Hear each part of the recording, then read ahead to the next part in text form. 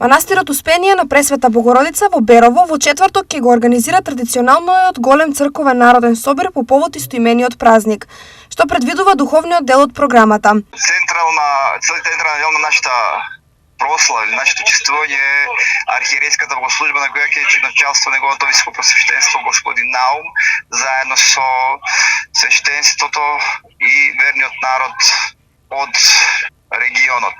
Организаторот Струмичката епархија очекува над 15.000 верници кои ќе бидат присутни на големиот ден. Значи различно, зависно во кој ден преку неделата се падне празникот.